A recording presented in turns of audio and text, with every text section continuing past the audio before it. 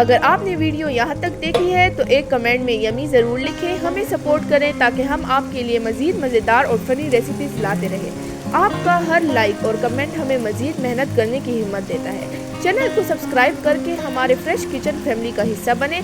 आपकी सपोर्ट के बगैर ये मज़ेदार सफ़र मुकम्मल नहीं हो सकता।